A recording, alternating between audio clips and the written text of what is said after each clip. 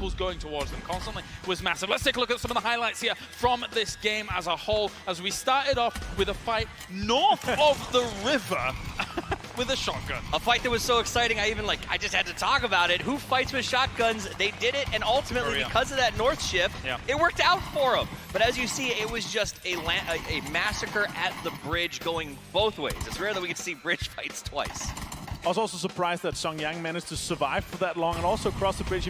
He made it that far, and they had a lot of kills from the southern side as well. So a big clutch from Songyang, in my opinion. I mean, Uber could have spoiled it. He was underneath the bridge on the south side, but he didn't go for it. Songyang, he just ran across. I mean, no one was camping the bridge. He had a good time for himself there. And you gotta love Gen G. The second that shift went north, they puffer fished out. They held the yellows. They held the hilltop. They made sure no one came into their terrain, and they set themselves up to win from the moment they knew it was coming back to the main island. And you can see, yeah, you know, T1 did the right thing. They crashed the most powerful shack in that. They're winning that game if it goes military.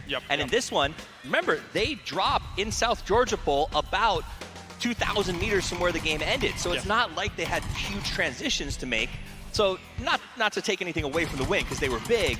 Maybe if things change a little bit, they may not be as dominant. Let's take a look at the highlights here from game number 2. Unfortunately for Tempo Storm, it felt like they had to just make a Hail Mary, right? Like, you could look at that and say, oh, that wasn't very good play. But it really did feel like they understood that a lot of the places in the circle were already going to be taken, so they had to try something. And they thought it was a team splitting with those houses, so they thought it wouldn't be a full team there. If it's on 1-2, we can crash that, we can take over that. But that was not the case this time. And you're right, the splits have been crazy. In that game, FaZe, Lazarus, Tempo Storm, and a couple of Korean teams had these like huge splits that were just taking up crazy amounts of real estate, so there wasn't a lot of options for teams as they sort of hit that mid-game. But here we go to the last two, and honestly, can you alive, get into a nice position, and take some nice fights. Let's take a look at the highlights here from this game, and once again, it's not even just a case of adapting in the fights, it's adapting to the circles, because we've been all over the place. And circles can get dangerous. I mean, Rumblers basically set a trap here for whichever team happened to be unlucky enough to rotate past them, and they did that. Like, they literally put 3 up, they sent the Rocket Man, Cherry Poppins down to sort of below the hill to tell them when they were rotating, and they cost FaZe big time in that fight, and actually ended up pretty good for them in terms of kills.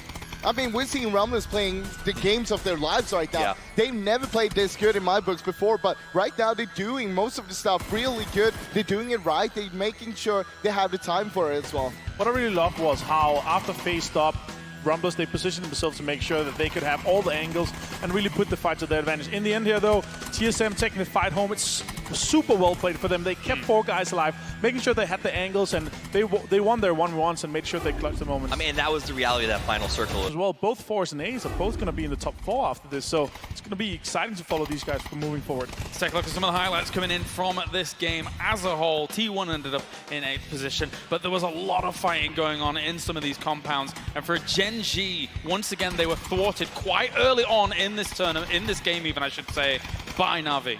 I mean, if you look at how Gen G was playing this game compared to the other games, they didn't play the edge game spread out. They went through center, and then Na'Vi hurt them into one building, and that was kind of the problem, because when you're stuck in one building, it's super easy to just surround you and pick you one by one. I mean, a lot of people say just don't drive on this map, and Gen G got the circle and then loaded into cars and drove to a closer compound, sort of alerting everyone to where they were. And while this has been back in half of the day, so let's see if Sharp lives up to what he said and turns it on for the second. Microstar is British, so of course we pull it off. We get it together. Now let's take a look at the highlights here. Tempo Storm able to start racking things up at the beginning. We have TSM here having a bit of a rough moment here or there, but going up against Lazarus overall. What do you think, Avenger? They managed to get some kills from it as well as overall a rough match. They had to fight from the west, and the circle kept going east. What I really love from this, though, the pushes from 4 AM onto Gen G and then Na'Vi. This little road, this intersection point here is so crazy. The thing was that Gen G and Na'Vi, they were both there from a long time. They were nibbling at each other a little bit. Then 4 AM just dodged in straight in, crashed in with the vehicles, and I mean, they didn't do much from that. But Na'Vi almost got took out by a nade there as well when they crashed Gen G. In the final moments here as well, we see FaZe. I was actually expecting them to push it, but this little house here, it's a very bottleneck house. You can only push one by one. Tempo Storm, they held the right angles and took down the win here. There is a weird thing as well there as Tempo 18th place. Very, very close currently after the day does conclude. But let's take a look at the highlights here from this game and starting things out once again, Froz, a very varied circle for the whole day.